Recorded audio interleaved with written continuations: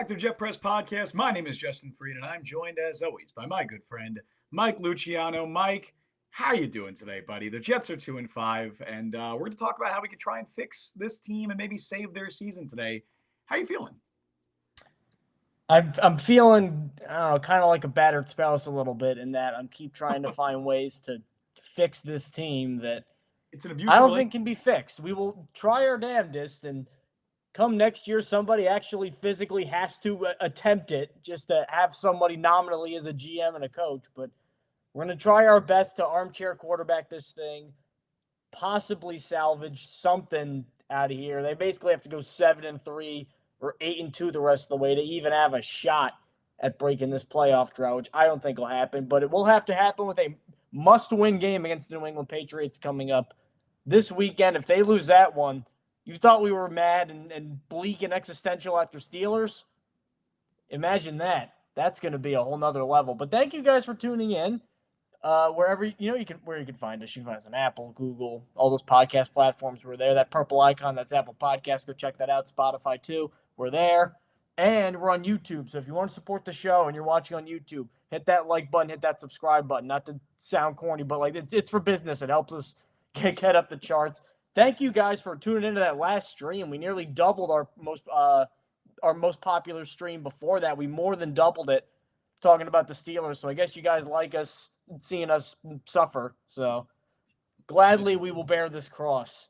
Misery loves company, my friend. Yes, it does. Let's get even more miserable because now it's open season on the Jets. And we've called out a lot of criticism that we thought a little unfair at the time. Now everything is on the table and everything's fair game at this point. Outside of Michael Kay going ballistic because Aaron Rodgers doesn't call Jeff Ulbrich Coach Ulbrich and he calls him Brick. Outside of that, every piece of criticism is warranted. And we've seen a couple recurring takes pop up all over the sports media landscape.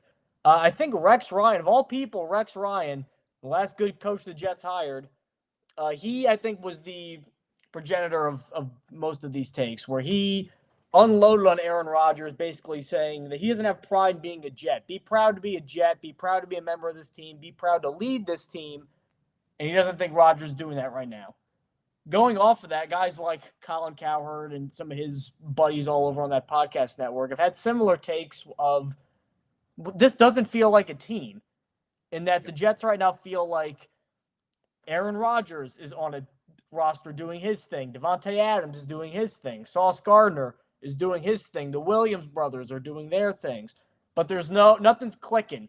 It's just a bunch of pieces everywhere. Feels very KD, Kyrie, James Harden in a way, where they're just guys walking around. Now, the difference being when those guys were healthy, they played 16 games together. They were 13-3. So when they were healthy, it worked. The Jets are relatively, but except for the secondary, kind of healthy, 2-5. And then Don LaGreca kind of sums it up even better, where he said that Aaron Rodgers is, as he put it, hovering above the organization. And he says that not only in a way to, in the short term, explain why nothing's really fitting together, but I think he's also thinking long term. This is all part of Rodgers' exit plan, because these are all Rodgers-centric moves. The firing of Saleh, the trade for Devontae Adams, signing guys like Lazard and Cobb going back to next year.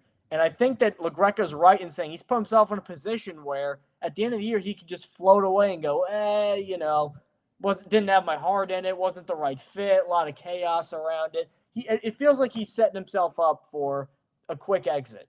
And we've talked about how that might be the best option right now in the long term for the Jets, might be a quick exit, but it's still going to ruin the season because the puzzle pieces aren't fitting together.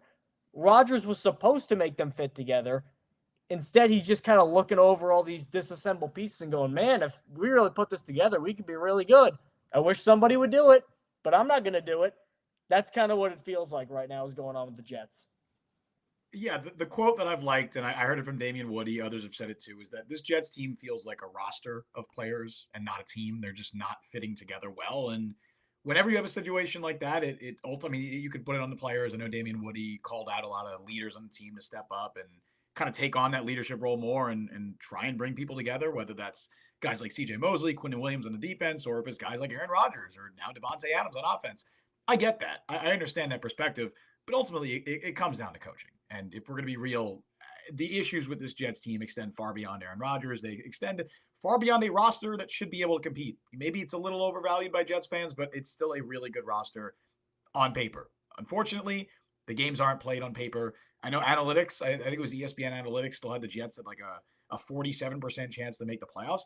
The games not are not 4.7, 47? 7% chance because Vegas believes in the Jets. The algorithms believe in the Jets. They believe in the talent on this roster. Unfortunately, games are not played in algorithms. They're not played on paper. They're played by teams. They're played on a football field. And right now, the Jets have not shown anything through 7 weeks that would indicate that they are a playoff team when push comes to shove, when they're on the field. And so, I think Rex is right about that. I've also heard a lot of discussion. I forget if this was Rex who talked about this, but it's so much of a culture thing. Like, you look at the coaches that the Jets have hired since Rex Ryan left. From Todd Bowles to Adam Gase to Robert Saleh to everybody.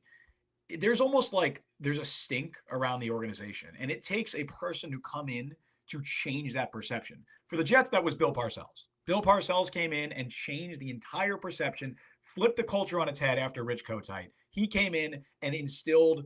Again, I hate to use this term. It almost feels like reductive, but instilled a winning culture in the organization. He did. He absolutely did. And that winning culture carried over ultimately until Rex Ryan. I mean, there were some down years in the middle of that, but the Jets were not a laughingstock in the two. Herm Edwards made the playoffs 3 times. Correct. They weren't, and Eric Mangini honestly had his moments. He started off good, and then if Favre didn't get hurt, he probably makes the playoffs again. Right. Had a pretty brief tenure, but the Jets were a very respectable organization from the late 90s, that Parcells era, all the way through Rex. That stink didn't really start to happen again until after Rex left. And now you're essentially digging yourself out of a deeper hole because every Jets coach that's come in after that, not only the coaching staff regime, this goes to the front offices as well, because John Idzik, Mike McCagnon, these guys are also very much to blame for this organizational dysfunction over the last decade plus. And now you have to really just dig yourself out of it. It's almost like it's a snowball effect. It's a mindset where it's like, that's why it's so hard sometimes for the Jets to overcome adversity, or at least it feels that way, because it's almost like they're just expecting to lose. They play games like they're expecting to lose. They went into that Steelers game. I mean, Aaron Rodgers talked about it himself, saying that the energy was flat going into the game. The energy was flat at halftime. They didn't go into that game, at least from an outsider's perspective. It didn't seem like they went into that game with the do or die mindset, like, all right, we have to win this game to save our season. They went in being like, all right, we're going to try our best. We got some really fun pieces in here. And then as soon as shit went wrong, that was it. They're like, here it goes again. Here it's happening again. And that can be the fans' mindset. I mean, hell, it's going to be the Jets fans' mindset if they're seeing what's happened over the last 15 years, but it cannot be the mindset of the players in that locker room and the coaches on that team.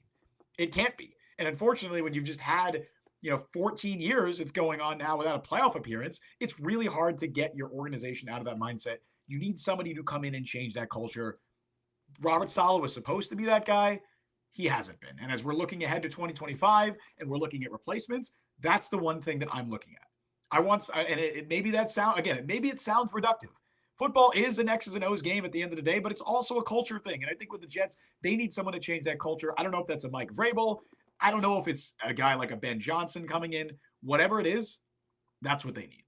Well, it sounds reductive, but you have to get into reductive analysis because every other data point suggests the Jets should be awesome this year, and they're not. You're not wrong. So it has to be something beyond the talent because they have talent.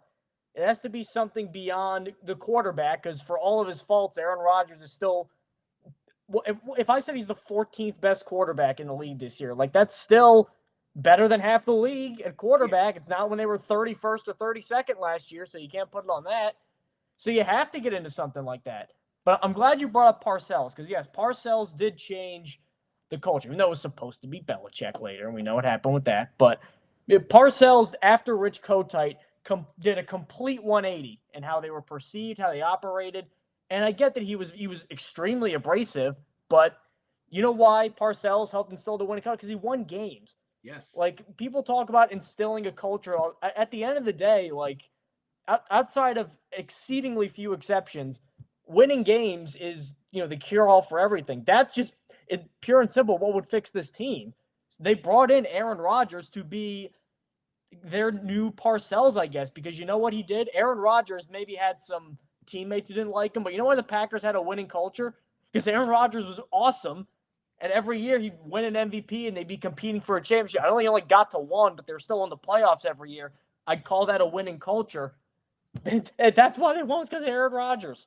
Yeah. So you'd think bringing Aaron Rodgers in would also bring the Green Bay winning culture in, and it hasn't. And I can't fault the Jets in that regard because I'd at least have more. How would I phrase this? It made more sense to me to bring in Aaron Rodgers to change the culture and the perception of the Jets and how they operate than nailing a hire of a coordinator. And then they bring it in. Like, I feel like that would have been like, that's a more obvious move to me. And then it still didn't work out. Yeah, or bringing in like a Derek Carr, who, did not have that winning culture at all, coming from Vegas, coming from the Raiders organization. We can get to a few comments here really quick. Won't touch that one from Lane.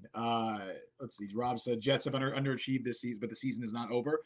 It's not, in theory, and we're going to talk about in a moment ways that we can try and fix this Jets team and salvage the season. It's not going to be easy. Their back is against the wall. I mean, I know we've said the last couple of weeks have been must win. If they lose against New England, it's actually over. Like that's it. It is as over could possibly get if they somehow lose to New England. But you're not wrong. In technicality, it's not over. James Gilby said if we had last year's scenario with this year's roster, Zach or Tyrod at QB, we'd be above 500 right now. Yeah, I mean, in some ways, the Jets have, I don't want to say gotten unlucky, but they've just had either unlucky bounces or they have gotten in their own way more this year than last year. Is it a culture problem that Greg Zuerlein's kicking has almost cost him 2 games? No. Like, that's the tough part about this, Rob said Mike McCagnon was the worst GM in the history of modern sports. Okay, that's not true. He's not the worst, but he's up there. He's not even the worst GM the Jets have had this decade. You're right, actually. John Idzik was worse than Mike. John Idzik was much worse than Mike McCagnon. They were both terrible. I think back to the McCagnon at least the McCagnon free agents spending spree got them CJ Mosley, who is still playing on the Jets in 2024, which I don't think anybody honestly would have expected. And Quinnen. And Quinnen. Idzik was the worst. Remember the Idzik 12? Yes, of course. Hey, Quincy Enunwa. And Sheldon Richardson, I guess. But okay, you picked Sheldon Richardson. All right, that sets him apart. That was I can't relive that. AJ said somehow last year's squad looked better than this year's. This may be a bit of exaggeration, but I missed it. No, you're not wrong. I literally said that on Sunday night when we were talking after the Steelers game. The Jets team was better last year than they are this year. They shouldn't be. And they had Jason Brownlee getting major snaps. Jason Brownlee started the second half of that season as wide receiver 2, and they had Zach Wilson, Trevor Siemian, Tim Boyle at quarterback, and that was a better Jets team than they are now. That doesn't make sense. Like that's not even a culture thing. That's just higher power, whatever you want to call it, and it's just bad luck or whatever it is. I mean, the Jets are a bad team. Like they're a bad football team, and they continue to get in their own way. And again, we'll touch on it in a moment how we want to fix it. In fact, Mike, jump into that right now. Well, I want to get to a couple more one more comment rather. Well, first off, NY Jets says Matt Millen. Actually, Matt Millen was the president of the Lions, so he was even worse. Yeah, but he ran the whole show. He ran the whole thing. Yeah. And Matt Millen also drafted Calvin Johnson, so there's that. And James Gilby, they had the hope of Rodgers coming back for the playoffs as motivation. Now we look like we have no motivation. We're sloppy, and Rodgers is playing good. The coaching isn't good. Nothing is good. Nothing. I love that. I will say this does seem like a team lacking in motivation. It does seem like a team that's defeated. Which doesn't make sense because they're a team fighting for their playoff lives. And then even if you sneak it, everybody's talking about it's a failure if they just make it to the playoffs and get crushed. I get that. In the moment, if they somehow get to the playoffs and they break the Jets' playoff curse, do you know what happens to all these guys? Like, they're still as much as we love Rex, like the back-to-back championship games, after that he fell off, but Rex is still talked about like he's won Super Bowls here. Yeah. Because he just got to 2 AFC champions. So think about what would happen to that. That's not motivation.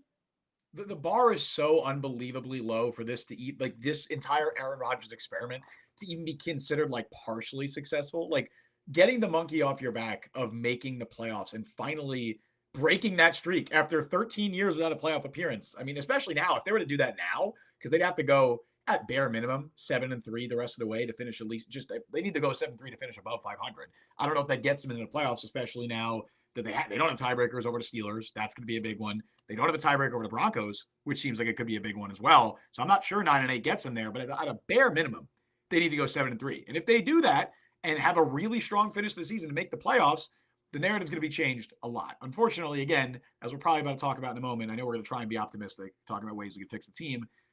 I've seen nothing that shows me that they're capable of a run like that mentally.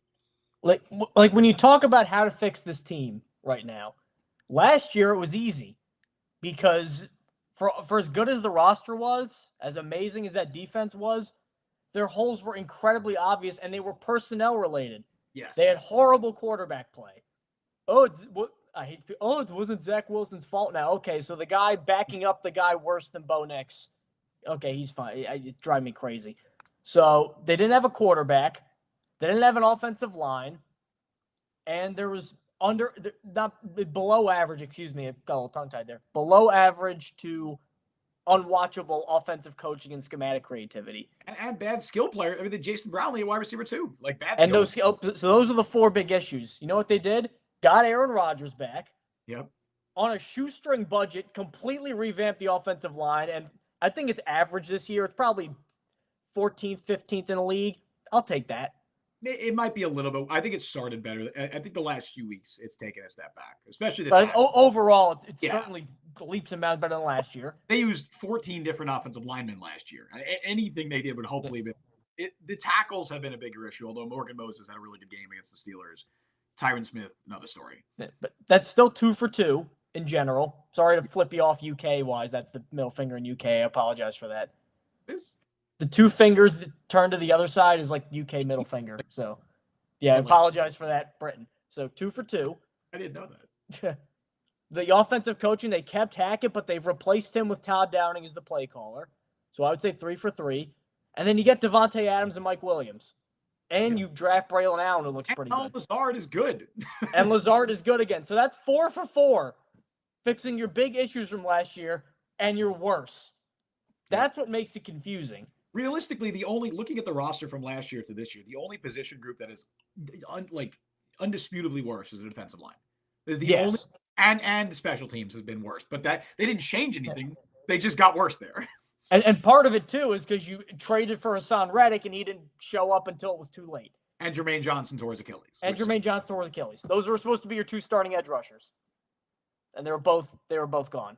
So that's what makes it tough, is because whatever personnel ideas, like we could suggest that they should get a run-stuffing defensive tackle. As this season has shown, even if they get it, might not matter. So that leads me to one of 2 things. Sure. And I think I'm going to rank them firmly number 1 and number 2. Number 1, and I don't know how you've done this, because they've tried, the Charlie Casserly consulting. They've tried the big, research firms. They've tried Woody going with his gut. They've tried Peyton Manning recommendations. I don't know how you do it. You got to nail head coach. Yeah. You got to nail it. Irrespective of Rodgers, you have to get someone, in my opinion, that I think has past head coaching experience. I'm not going to go and trust what the Jets, because they're not going to completely tear it down, I think, to the studs and rebuild. I think there's maybe more of like a retool than a total rebuild. I can't just hire a 38-year-old coordinator who is with either Sean McVay or Kyle Shanahan. Because as much as we like Robert Saleh, that's what made Robert Saleh so attractive, and it didn't work. So I've seen, NY Jets Florida says, I want Brian Flores. Like, if they get rid of Rodgers, I think that'd be a very good hire. If they get a better quarterback than, a rookie Tua or Ryan Fitzpatrick, then that'd be a fantastic hire, Brian Flores. New York guy, grew up in New York. Rodgers would not work with Flores. Rodgers would not. That's the thing, though. Or my dream hire is if things go totally belly up over there, you go look at like Kevin Stefanski. If he just says, you know what, I'm done. I can't. Deshaun Watson, I'm stuck with him, and he tore his Achilles. Like, I'm getting out of there. Or the Browns just say, you know what, we're going to win 2 games this year. Let's reboot anyway. That would be my number 1 guy, would be Stefanski. But you got to get somebody that's been there, done that. And then number 2, you can't continue with Aaron Rodgers. You can't, and this is not like in an Aaron Rodgers sucks kind of way. It's just that when you have Aaron Rodgers, for better or for worse, you have to do things a certain way. The Jets are locked in to a way they have to operate. As AJ said, Vrabel will probably be better. Yep. I just don't know how. Vrabel's going to have a ton of options if he wants to coach again. That might make him desire. And again, I don't even know. He could have, I think, wanted to coach this year if he wanted to. I don't know where he's at right now. But yeah, Vrabel would be in there. Very good job, AJ. But the problem is because the Jets get Rodgers, they have to win and conduct business in a very specific way.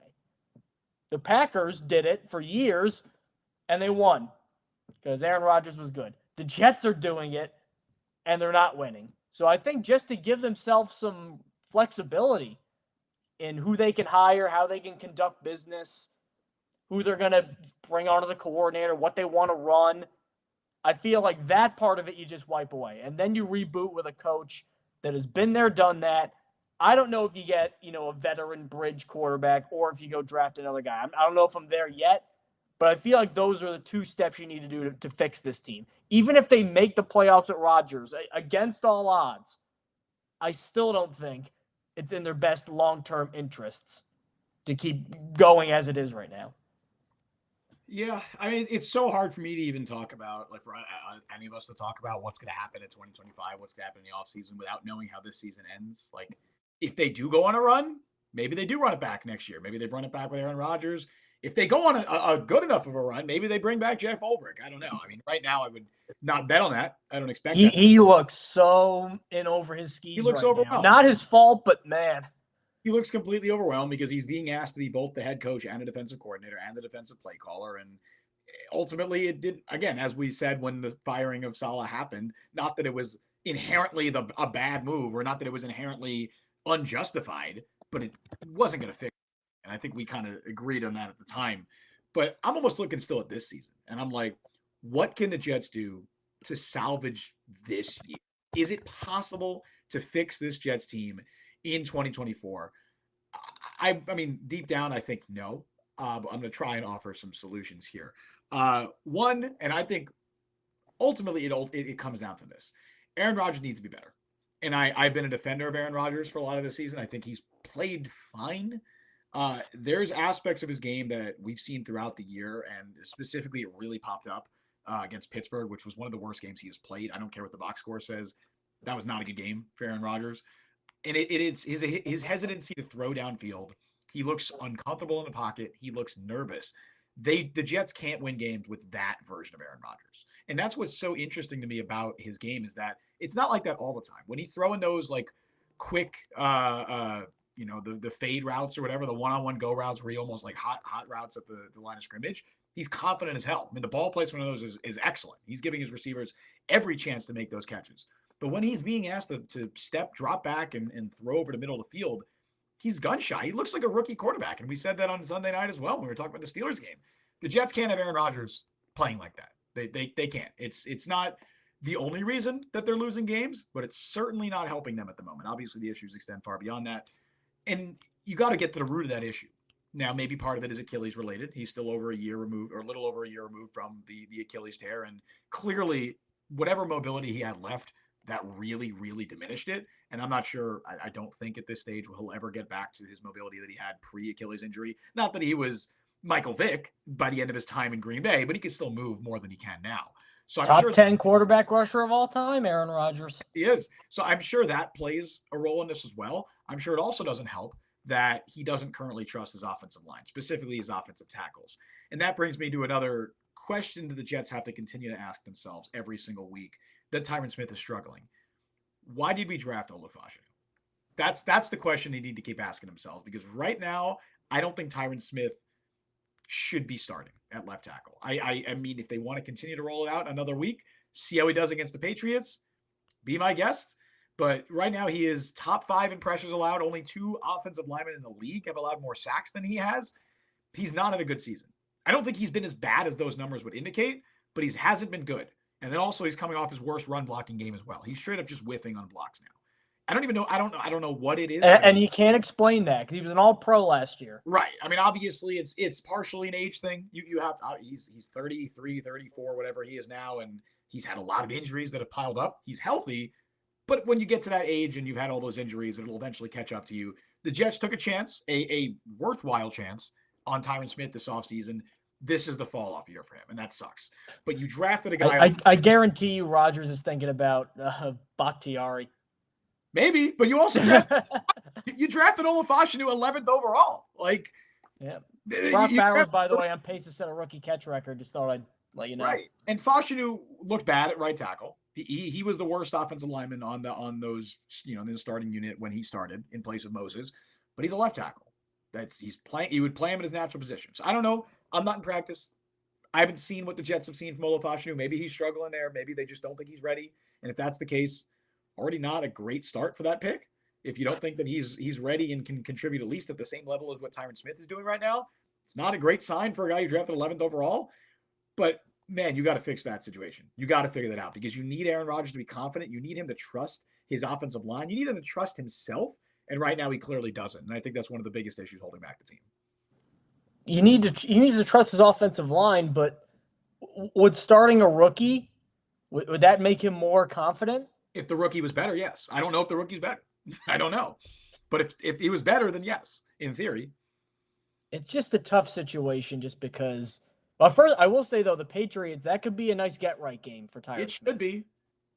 So I think this might be it. Now, if I remember correctly, Tyron Smith, the way his contract is set up, it's like a $6 million deal, but it could be worth as much as $20 million because when he plays, basically, like they basically pay him per game he plays because they didn't know injury-wise what he would be. If you were just to, like, cut him, are they, like, off the hook for his money or? What say again?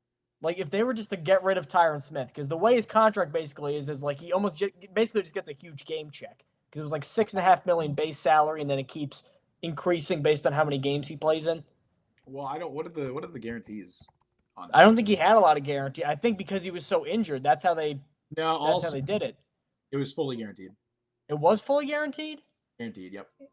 Then what? Maybe I must be remembering it wrong then. Because I remember there was like some sort of agreement in place where like based on how many games he plays. I don't know. I mean, not that they would cut him anyway, obviously. I mean, there's no reason not to just have him on the roster. Tyron Smith has not been as bad. I'll be honest right now, Tyron Smith's having a better year than Mekhi Becton had last year. Like, that's unquestionable. Yeah, I mean, that's not hard to do, but yeah. No, it's not. Tyron Smith has not been the worst left tackle in football. I don't think he's been good. I think he's been incredibly disappointing, especially for what they signed him to be. But he hasn't been – I don't think he's been downright unplayable. But it's getting to a point where you drafted a guy 11th overall and your left tackle is struggling. Why are you not playing that left? Why are you not playing that 11th overall pick? And if the reason is you don't think he's ready yet and you don't think he could be better than this, again, I have issues with the pick then. This is going to be an possibly all-time bad draft. All right, so Fashanu, if he can't play, hypothetically, for the sake of this argument, already a huge problem because that's another offensive lineman pick, Ty, that you whipped on. If you pick the first two picks in any draft, then yeah, it's bad. And neither Malachi Corley, I don't think he can't do anything apparently. Not right now. Braylon Allen looks good, but he's getting 3-4 touches a game now since Downing came in. Yeah. Okay, whatever. Isaiah Davis is a kick returner, and then he's not a good one. He's not a coach, so I mean it's. Hey, this is almost like it's not Falcons level bad this year, but it's getting in terms of how little contribution they're getting from their young guys. It's too early. It's too early. I mean, I'm not gonna grade it. Yeah. I'm just saying, like, if this trend continues. Sure. And I'm only saying that because Fashanu for Smith makes sense, especially because it would be another. We always talk about hold people accountable. I'm thinking that's a little bit of BS. Whenever they say hold people accountable, they just want the offense to score more points. They don't really care how it's done. They want the team to do that better. Like they want that's always what they've wanted. It was always defensive guys saying it that we got to hold people accountable. That is like the only personnel wise like lever left they can pull. The secondary is A, really good when it's healthy, and B, it's too hurt now where you can't really make any changes. And the defensive line we've talked about ad nauseum. Yeah, it's not good outside. Quinnen's been disappointing compared to what good. He should be great. He's not been great. Will McDonald fantastic year getting sacks, but can't defend the run. Yeah, this past game, I don't know if I got to say it on Sunday night. This was his best game of the season. You know me, I have been I don't want to say a skeptic, but I've been hesitant to crown Will McDonald because of the sacks. I don't care about the sack production. He was dominant against the Steelers. I mean, it was against Broderick Jones. A lot of it against Broderick Jones, which is hilarious that we're saying now that it's like, oh, that's an easy matchup given the narrative with that at the pick at the time and since. But that was the best game he had played all season. I mean, he was dominating in that game. And I thought that was easily the best game he had played. Now you're bringing in Haason Reddick. I think that helps. Like if Haason Reddick is at least 70% of the player he was last year, that should help the defensive line, and it should help you there. I want to see Leonard Taylor get more snaps if we're talking personnel changes. I don't think that's going to make the biggest difference in the world. But Leonard Taylor and Lecky Fotu right now are defending the run the exact same way, and one of them is actually a productive pass rusher, and the other is a complete zero. See, like we can make personnel changes on the defensive line, but in terms of stuff that will likely impact winning, the only two levers the Jets can pull, because the defensive line, like what?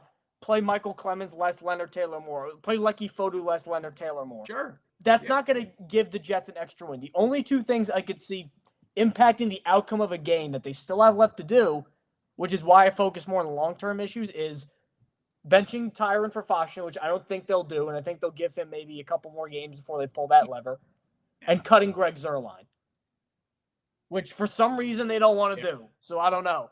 That's it, though. They're not going to bench Rodgers, and he hasn't played. He's underperformed. He hasn't played bench-worthy yet, so... They're not going to bench Rodgers, nor should they. Like there's nothing he's done that's been benchable. He had a bad game against the Steelers. He's not been great this season.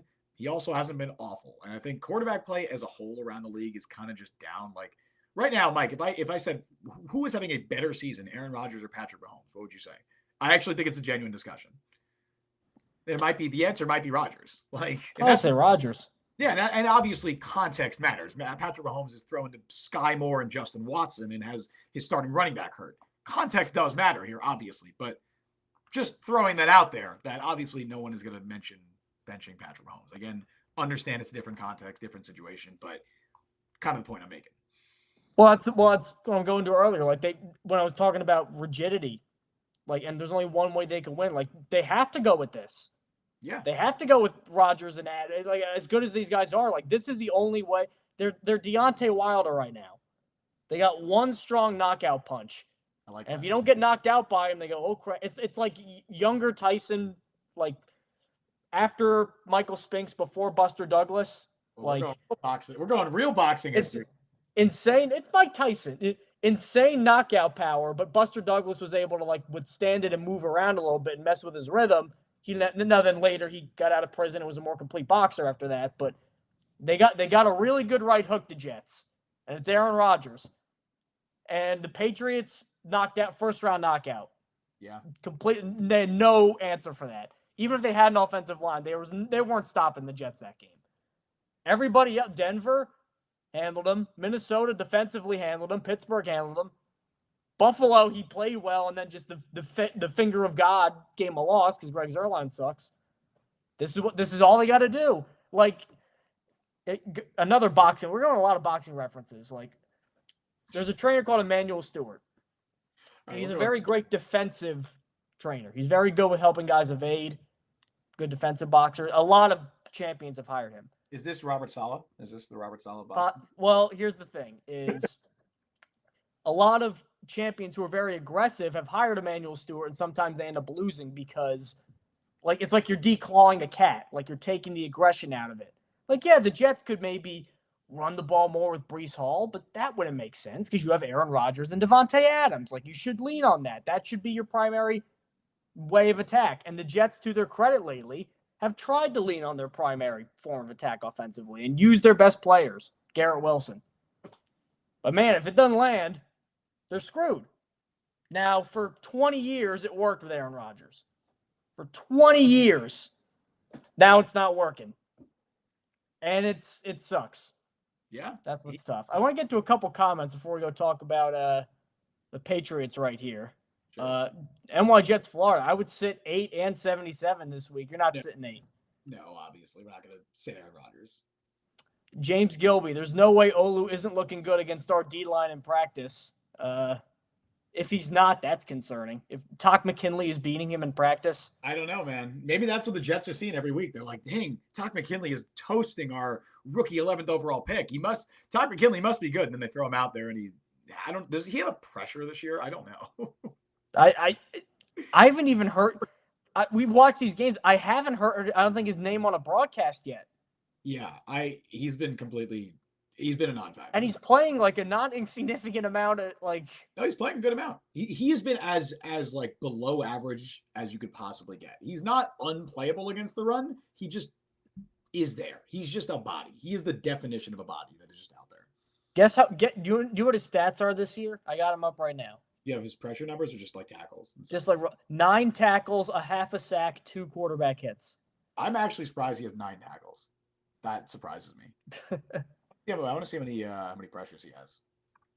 Cisco Agostini, do you think Reddick is going to help? Reddick is going to help a lot. My problem with Reddick is, on top of the fact he's dumb, because I know they got some of the fines waived coming back, but he came too late. If he came after the New England game, and then now he's up to full speed now, maybe they beat Denver.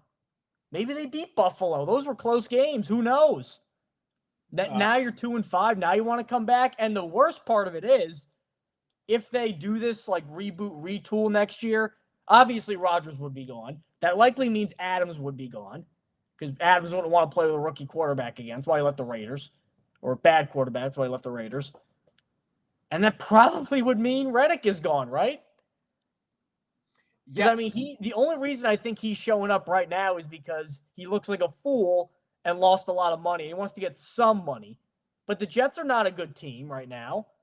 They're not going to pay him the money he wants. So he probably wouldn't want to stay. And he's probably still pissed at everybody. He's still probably pissed at Joe Douglas that this situation got. Now, he shouldn't be because it was his own fault. But I still think the well's poisoned with Reddick. So he's going to have like basically a 10-game audition for the entire rest of the league. Here's what I still got left. And I think it'll help the Jets inadvertently in the meantime, but it's certainly not the impact that I hoped he would have. I mean, we thought he could get 10 sacks or 12 sacks and be the best defensive lineman on this team. What's he going to get this year? 4? 5? You traded all that for 4 sacks and then he's going to leave again? I looked it up, by the way. Takk McKinley has 6 pressures, which is actually 1 less than Jermaine Johnson, who played less than 2 games with the team. So there's your impact from Takk McKinley. And he wasn't even particularly good those first 2 games. No, he wasn't. He absolutely was not. San Francisco, he was terrible. And he's still beating Todd McKinley. Haason Reddick, by the way, not speaking to media today, but he will speak to reporters tomorrow. So that should be an interesting conversation that he has with the media. But what do you even say at that point?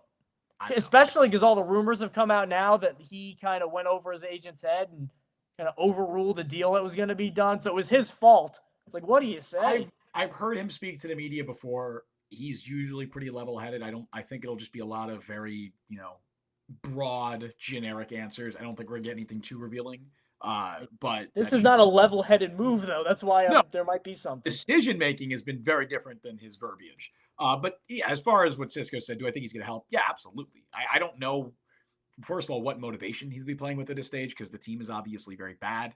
And I don't think he wants to be here. But obviously, at the same time, he's playing for his career at this stage. And why did he show up? We talked about that. He didn't show up for the Jets. He showed up because he literally has to, and because his new agent, Drew Rosenhaus, finally got through to him, talked some sense into him, and I'm sure he did not agree. Like, I'm sure Drew Rosenhaus, who is one of the top agents in sports, did not agree to take on Reddick as a client without knowing that this situation would be resolved as immediately as possible, whether that meant he was getting traded elsewhere or showing up to the Jets. So that's why Haason Reddick showed up. He kind of had to. But I do think he's going to help. It'll take some pressure off Will McDonald, who, again, is coming off what I think was his best game of the season and has been easily the Jets' best pass rusher so far. And it'll take attention away from him. It'll hopefully free up Quinn Williams even more, who, again, has been disappointing, but is still a good player. And I thought he played well against Pittsburgh, too. So, yeah, he definitely helps. But I'd be surprised if he was around next year at this stage. I want to get a couple more comments because we do have a little bit of time before we get to the Patriots preview. Going back way to the beginning, Marcelo Cabrera asked, what do you guys think about Sauce so far. And I feel like Sauce Gardner, his like, because it's been obviously a down year by his standards. It's flown a little under the radar because the Jets are there's a lot of other issues to worry about.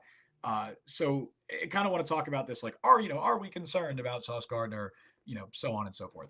Over the last 2 years, Sauce Gardner was the best cornerback in football, and I will stand on that. I don't care what's happened this year. That doesn't change what he did over the last 2 years. This season, I think a couple of things have changed.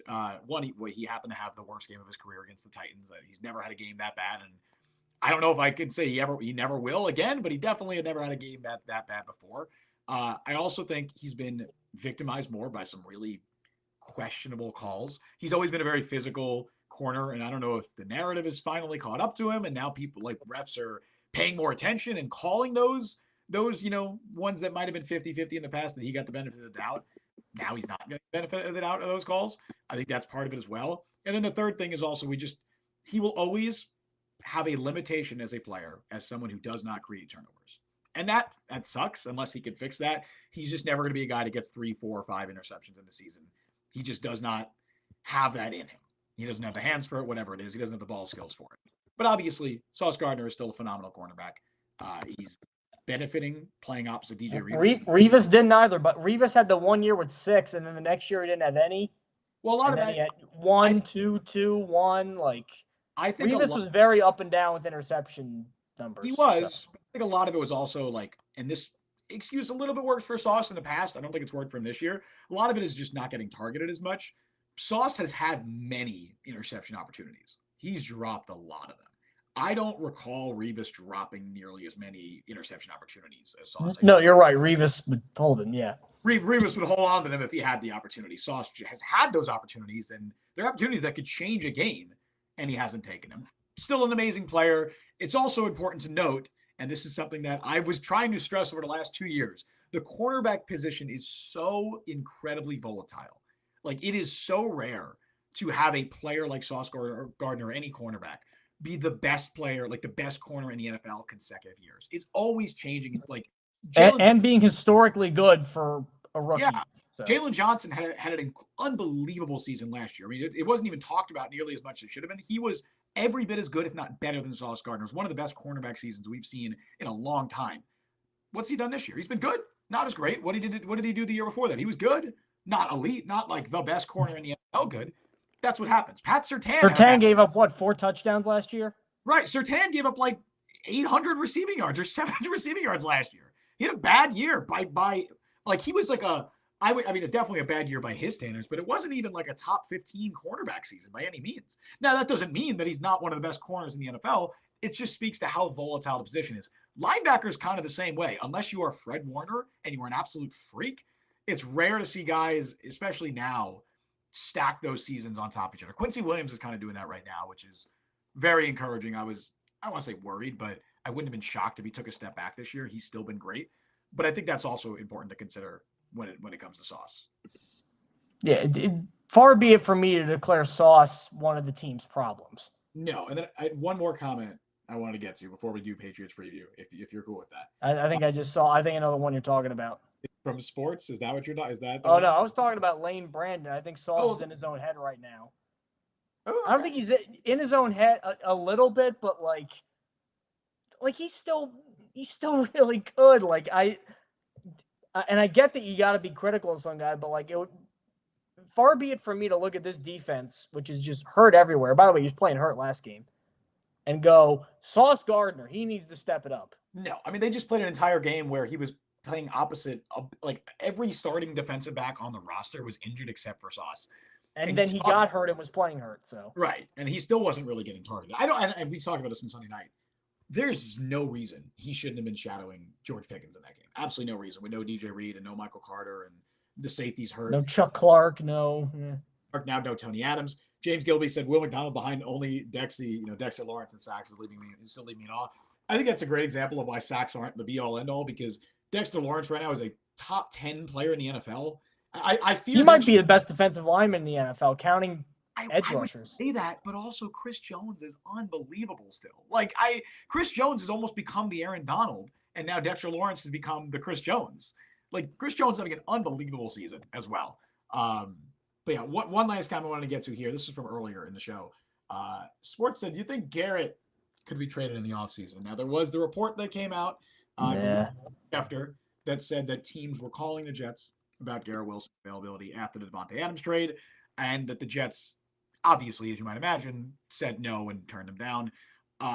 What do you think, Mike? Do you think there's any scenario where the Jets? I know I have my opinion, and I'll share my thoughts in a sec, but I want to get your thoughts because we haven't talked about this yet. Do you think there's a scenario where Garrett Wilson is traded and the Jets, decide not to pay him?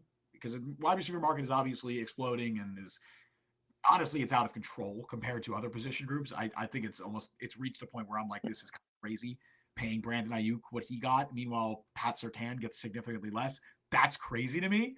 But what do you think? What do you think about that? Do you think it'd be so stupid? So stupid. Agreed. What are you going to do? Draft another one? Yes. Outside of Garrett Wilson, the Jets draft receivers well? Give me a break. Hey, man, Malachi. What are you going to A.J. Brown this? How's Treylon Burks looking? I completely agree with you. I was playing devil's advocate. And he's not as good as A.J. Brown. Like, this year I think it changed in my mind. I think he's more of a high-end number 2 as opposed to – I think last year we thought he was a 1 who was being limited. I think now he's a 2 that was getting 1-level targets next year. Like, I think he's still good, but do you think Devontae Adams is a wide receiver 1? And I think there's a handful of them in the league, maybe 7, 8, no doubt wide receiver 1s on any team, 7 or 8 of them. Will Garrett Wilson ever be one of those guys? Will Garrett Wilson ever be as good as Devontae Adams? It depends on what your definition of a wide receiver 1 is. If your definition of wide receiver 1 is a top 10 wide receiver, I don't think Garrett Wilson's a wide receiver 1. There you go. If it's a top 32 wide receiver, because every team has to have a top wide receiver, then yeah, I absolutely think Garrett Wilson's a wide receiver 1. I think he's closer to. I think he's probably it's a top 20 wide receiver in my mind. Still towards the back end of the top 20, but top 20, he has his limitations as a player. And I think I genuinely think part of those issues are fixable. It's little stuff with him because he's an electric playmaker. He doesn't use his arms. He lets everything come to him. Catches. That is one of the biggest issues he has as a receiver is he body catches, which really limits his ability to make contested catches. And we've seen that. Honestly, we saw that I think it was last game where he had it was a tough catch in the end zone, but he had a chance at it. I forget if that was last game or if it was the game before that. And he got, no, it was the Bills game. It was the Bills game because he got bodied by Taylor Rapp. That play where it's like, that's a really tough catch. But I know a few receivers would probably make that catch. Jamar Chase probably makes that catch. I don't know about Devontae Adams in 2024, but Devontae Adams a year ago, 2 years ago, definitely makes that catch. Maybe even still in 2024. Garrett Wilson didn't make that catch. And then the other part of it is, and this is just it's almost like it's a smaller thing, but it really matters. His yak ability is so limited because he refuses to stay on his feet. And it's not something that people talk about a lot, but the man is sliding and diving way too much. And it's like, it feels nitpicky. He doesn't go forward a lot. It's a lot of. It is. Tyreek does that. Tyreek Hill does that. Tyreek Hill is unprecedentedly fast and can run by you when he does that. Garrett Wilson is not. Garrett Wilson is trying to take on the world every time he gets the ball. And again, I think a lot of that is fixable. Like a lot of that is just like, hey man, look, sometimes you take the 12 yards and that's fine. You're not going to house every play. It's okay. And maybe he's pressing because the Jets offense lacks explosive ability right now. Cause they do. That Breece Hall catch and run was it the Pittsburgh game? In last game against the Steelers, that was the longest play that they had on offense all year. They don't have explosive ability because they're not throwing the ball downfield, and Breece Hall hasn't been Breece Hall. So maybe Garrett Wilson's just trying to do too much. I don't know, but that's part of it. But yes, as Auteur says on YouTube, wide receiver talk is all pointless when your QB is going on. All right, well, when your QB is going on his 34th straight game under 300 and is a bottom 12 player right now, I mean, no, I agree with the first. He had 298 the other day? Right, yeah. He's had multiple games with 290 plus this year. I think that is the most annoying cherry pick stat to try and you could criticize Aaron Rodgers' performance for a lot of things this year. Him not throwing for 300 yards is probably the dumbest fucking thing you could try and criticize him for. That's like saying this guy doesn't hit for 100 RBIs when he has 96 every year. Right. And like it's the dumbest thing. Also, bottom 12. Are you saying bottom 12 player on the Jets roster at the moment? A bottom 12 quarterback? Bottom 12 quarterback? Like starting quarterback? Right, because both are still obviously incorrect. Aaron Rodgers, I would say even the most conservative of measurements for Aaron Rodgers' season this year would put him as a top 20 to 18 quarterback. I think that's the lowest where I'd be like, this is at least reasonable that you could say he's been a top, he's been the 18th best quarterback in the league. I think that's a reasonable. If you even say, and that's even the lower end. Right. If you say he's the 19th, 20th best, I'm like, all right, we're being really critical, but maybe you could stretch that. Bottom 12? Bottom 12? No, absolutely not. That means what? That means somebody like, I don't know, like I guess Sam Darnold this year, but like far be it from me to put Sam Darnold. What, Anthony Richardson's going to be over him? Give me a break. Yeah, I mean, if we were to sit here and actually Derek Carr's going to be over him, give me a break. Go through the list of quarterbacks. Marcellus and Rodgers is a low to mid tier. I think he's a mid tier quarterback. I wouldn't say low to mid tier. Give me a couple more games like he just had against Pittsburgh. I'll say low tier. If he has a couple more of those games in a row, low tier, or like that, then low tier. But the totality of what he's had is, as Brian says in chat, you guys are underestimating how bad QB play in general has been in the NFL since Brady retired. Yes, especially I completely. This is my take I've gotten ripped for. I completely disagree with those takes. I think the quarterback play has been honestly the same as it has been. I just think defenses have caught up. It may be. Well, quarterback production is lowest. Production is down. Athletes on defense are better. Schemes are more creative. Well, as we know, the NFL is a cyclical game. Eventually, the quarterbacks are going to figure out how to beat these defenses, and then that'll go up, and then the defense will catch up, and that'll go up. We're just at that kind of cycle right now. Exactly, which is why we've seen an uptick in rushing plays and a downtick in passing production because the NFL is trying to switch back. It's that same argument. Basketball was better in the 80s. No, it wasn't. Everybody was worse. Yeah. Now guys they're bigger, they're stronger, they're faster, they're more efficient. Yes. It's just schemes have evolved. Correct. Is the difference. But yeah, if we're talking Roger, quarterback production is down. If you look across the board, I don't think you could sell me on Rodgers being anything worse than the 18th best quarterback in the league this year. Again, a couple more bad games, sure, but not right now. Jets Patriots. This is going to be the shortest preview. But Mike, yes. I'm pretty sure that I have a little message to say before that. Is that not? Yes, you do.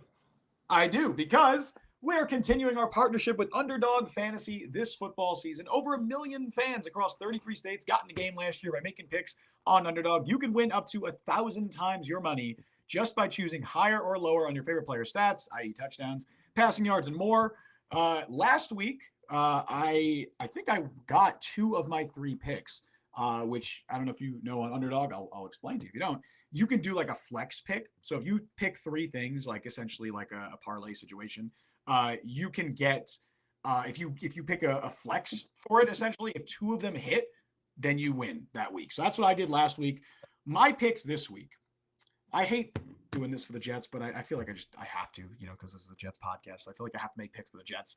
I'm picking Devontae Adams higher than 58.5 receiving yards. I think he's going to get more involved this week. It's against the Patriots defense is a lot less stingy than the Steelers defense. I think Rodgers is going to continue to feed Devontae Adams. He was targeted 7 times last week, only caught 3 passes for 30 yards. I expect that number to be up this week. I also have Breece Hall higher than 70.5 rushing yards, which I posit that initially because especially the Jets running game, even though Breece Hall has been a little bit better the last couple of weeks, the running game has still not been great. But boy, has this Patriots run defense look bad. It's looked really, really bad. And we'll talk about that in a moment. Their D tackles are a mess. I mean, they allowed over 100 yards to Tank Bigsby. I believe they allowed over 100 yards to Joe Mixon. Breece Hall can get over 70.5 rushing yards this week. I think there's a decent chance that happens. And then the last one I'm taking a flyer on here. I have Drake May higher than 0.5 fumbles lost. Haason Reddick is coming back. I expect Haason Reddick to play this week. And he was the king of the strip sack in Philly. Will McDonald, we haven't seen it as much with the Jets, was the king of the strip sack at Iowa State. I think there's a really good chance that I think it's worth taking a flyer on Drake May potentially losing a fumble this week. So those are my picks. Making picks on Underdog is straightforward, and signing up is even easier. Just head over to Underdog's simple-to-use mobile app or UnderdogFantasy.com. Sign up with the promo code PRESS, that's P-R-E-S-S, and Underdog will give you a free pick to use on your first cash pick'em entry, plus up to $1,000 in bonus cash when you deposit.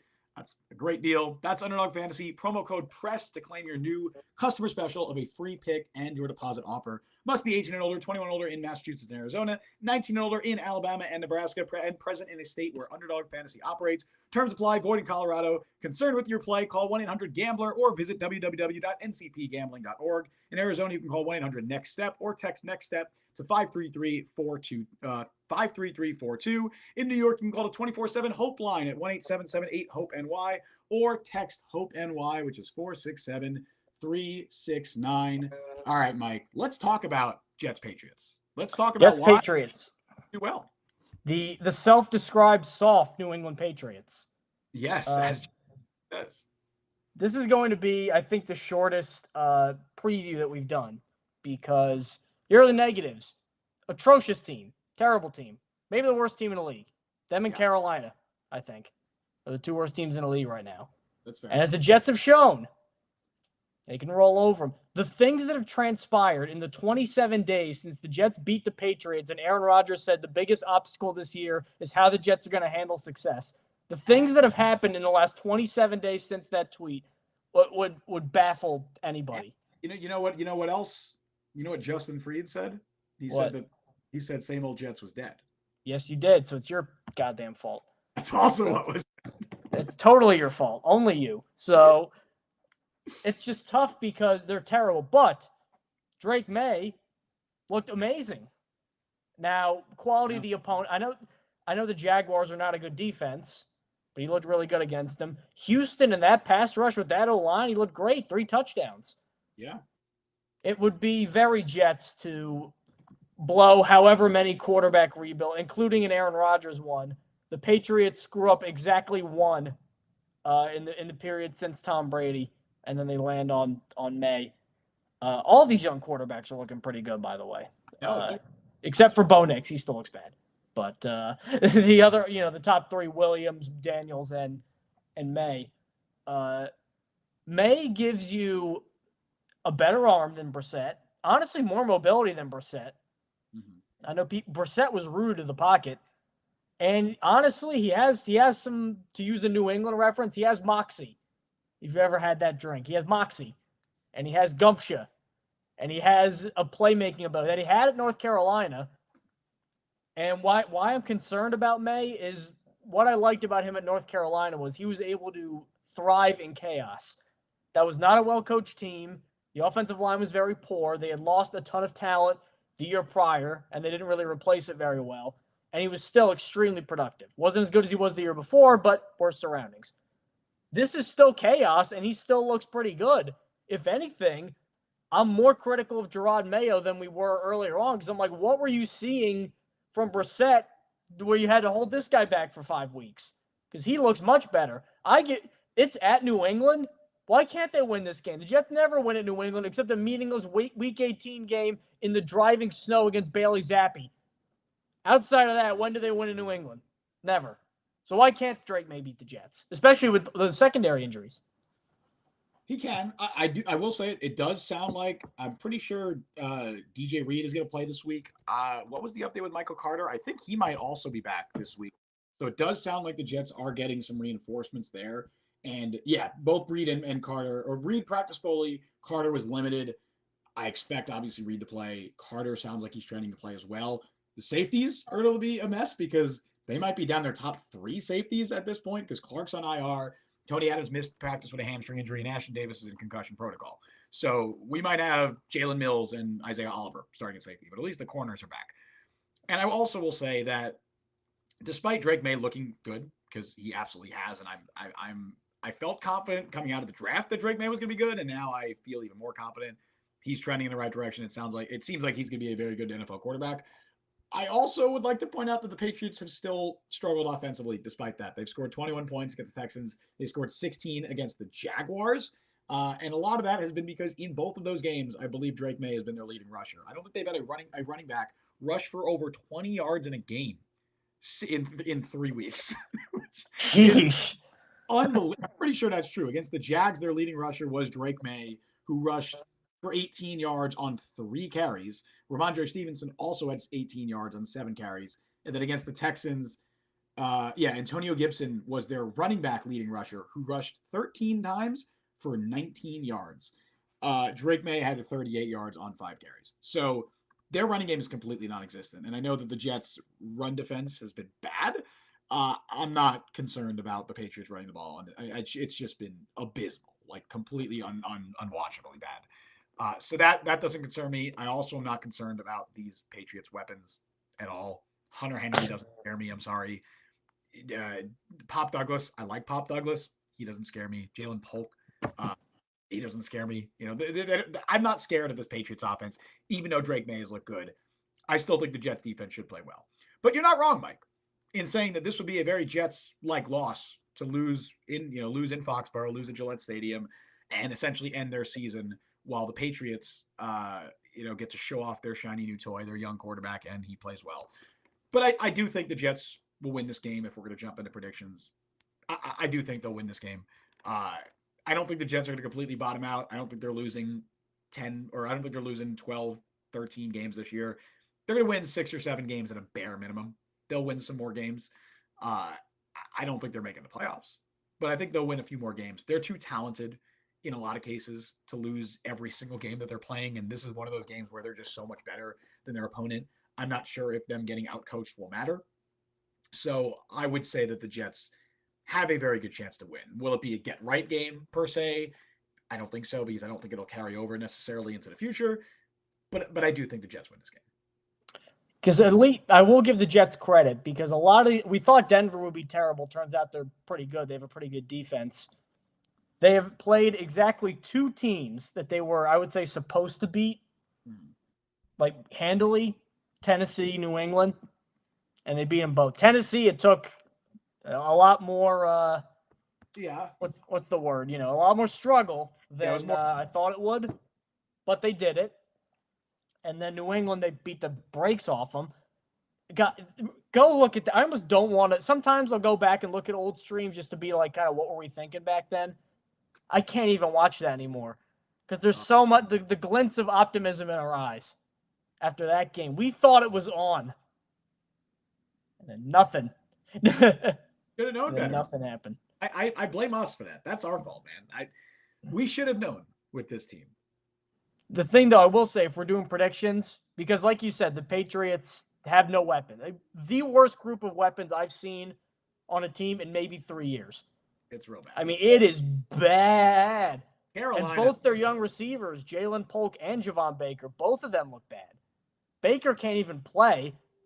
Polk's dropping balls. Yeah. Not ideal. Douglas, though. I like DeMario Douglas. I'm not exactly, quaking in my boots over Pop Douglas here. I'm not. So. I don't think he's going to be a star wide receiver, but I think he can play at the NFL level. If we're doing predictions, I'm going to say, because the defense, I thought New England had a pretty good defense this year. It turns out that is not true. Dude, their running, their run defense, oh my God, is it bad? Well, no Christian Barmore, that's part of it. But. It's worse than the Jets. I think there are the Cowboys run defense is almost unwatchable. It's just putrid. The Patriots run defense, dude. It's terrible. Oh my! I mean, they had Joe Mixon and Tank Bigsby looking like Derrick Henry. It was crazy. So if we're doing predictions, I'm gonna say Jets 27, a little bit of an offensive boost. Patriots 17. Because for all the problems with the Jets secondary, this is still a rookie quarterback that they're going against in May. And this defense, even when they're not, fully operational, has given better quarterbacks than him a lot of trouble. So because of that, I'm going to go say 27-17. May's going to make a throw or two.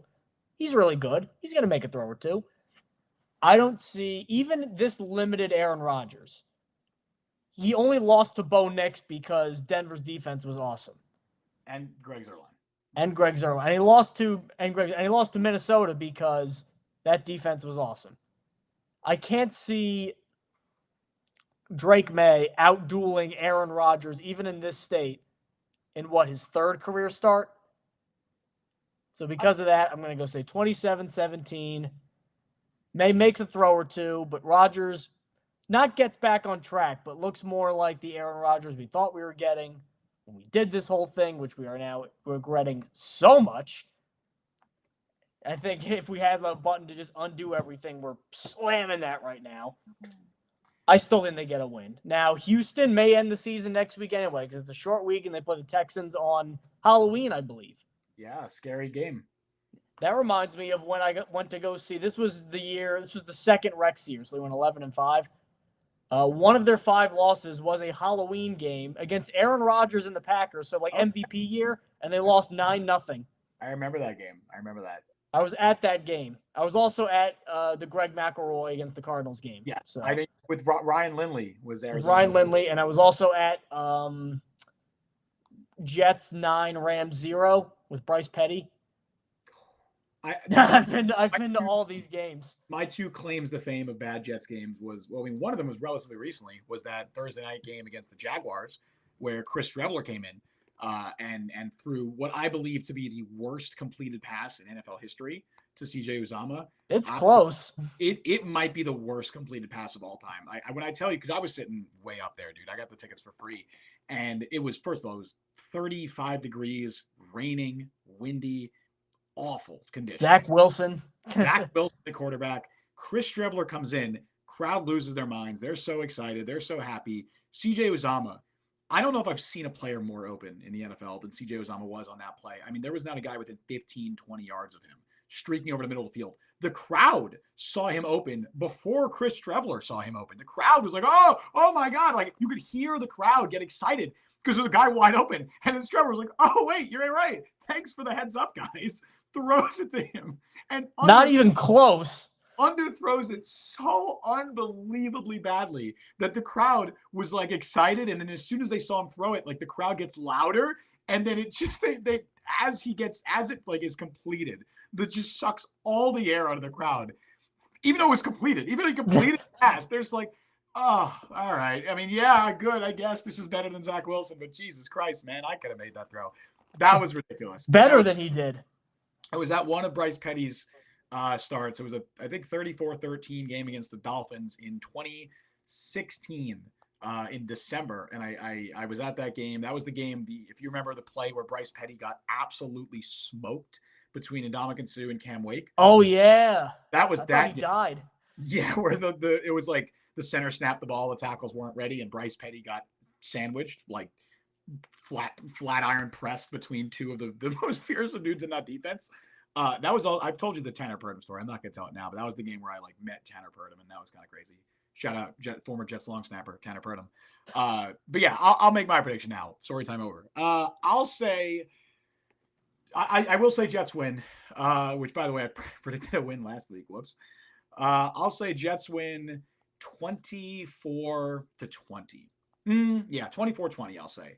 I hesitate to say that because that means Greg Zuerlein made a field goal, but maybe it's like a 30-yarder and he somehow still makes it. I'll say 24. That's not even guaranteed, as we've seen. Not, but I think Drake May plays really well. And honestly, I think at the end of the day, I think I'm going to be saying that Drake May had a better game than Aaron Rodgers, even with worse weapons. But I do think the Jets will win. I think, especially in the running game, like the Jets running game should be so much more successful than the Patriots running game in this game. And that's the only time I might say that all year. But boy, is that Patriots running offense is unwatchable, and their run defense is just as bad. So I think the Jets have the advantage there. I think that they get the win, and the vibes are temporarily restored before we go into Houston on a short week and see what happens there. But that'll be my prediction. Brian Sternbeck, I like this idea better. 0-0 tie. Let's just call it all. Who needs this game to be played? If this game ends on a 0-0 tie, man, what would the reaction even be? Like, how would Jets fans react? I mean, it would obviously be negative.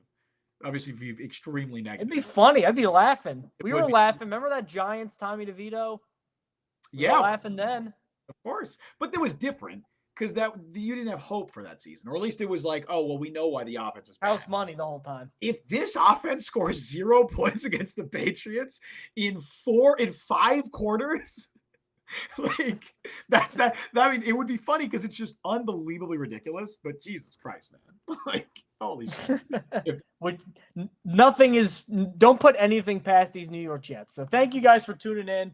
Ran a little late this time, but we got a lot of stuff. James Gilby says Greg misses an extra point. I would believe that or gets blocked again because he can't kick the ball up because he's dumb. But thank you for tuning into the Jet Press Pod. Thomas Morstead may not like that, but make your kicks, Greg. Thank you for tuning in. Subscribe on YouTube. Like the stream. They both help us get up those charts. And you can find us on all the podcast platforms. They're on the screen now in our fancy new setup here. So, Justin, any final words before we go back into the trenches here and suffer another week? I don't want to jinx it, but I think we fixed the issue where we were dropping out of the stream every once in a while. I think we fixed that this week. So vibes are good. We're back. That means the Jets are. Oh, this dude. I hate you. I was just saying the vibes are back, man. Come on. Now the Jets are going to lose because you just did that. Okay, sure. Mr. Jet, same old Jets is dead. Yeah, you're right. Honestly, it's my fault. But yeah, as Mike said, we appreciate the support as always. We appreciate everyone who's tuning in. We are closing in on 1,000 subscribers. Which is crazy. So anybody, if you're just watching for the first time and you'd like to give us a little subscribe, always appreciated. And everybody who tunes in, who watches every week, or if you're watching for the first time, commenting, always very much appreciated. Thank you all for joining us today on the show. You can follow Mike on Twitter at Mike Luciano. Follow me on Twitter at Justin T. Freed. Follow JetPress at the JetPress. Download the JetPress podcast wherever you get your podcast. Check us out on YouTube. Subscribe, hit that notification bell. You guys know what to do. We stream live every Wednesday at 3 p.m. Eastern Time and live immediately following every single Jets game. Live on Sunday. Thank you for listening to the JetPress podcast. I've been Justin Freed. That has been Mike Luciano. We'll see you guys next time. Hopefully it's 3-5, guys. I don't know what I'd do if it's 2-6.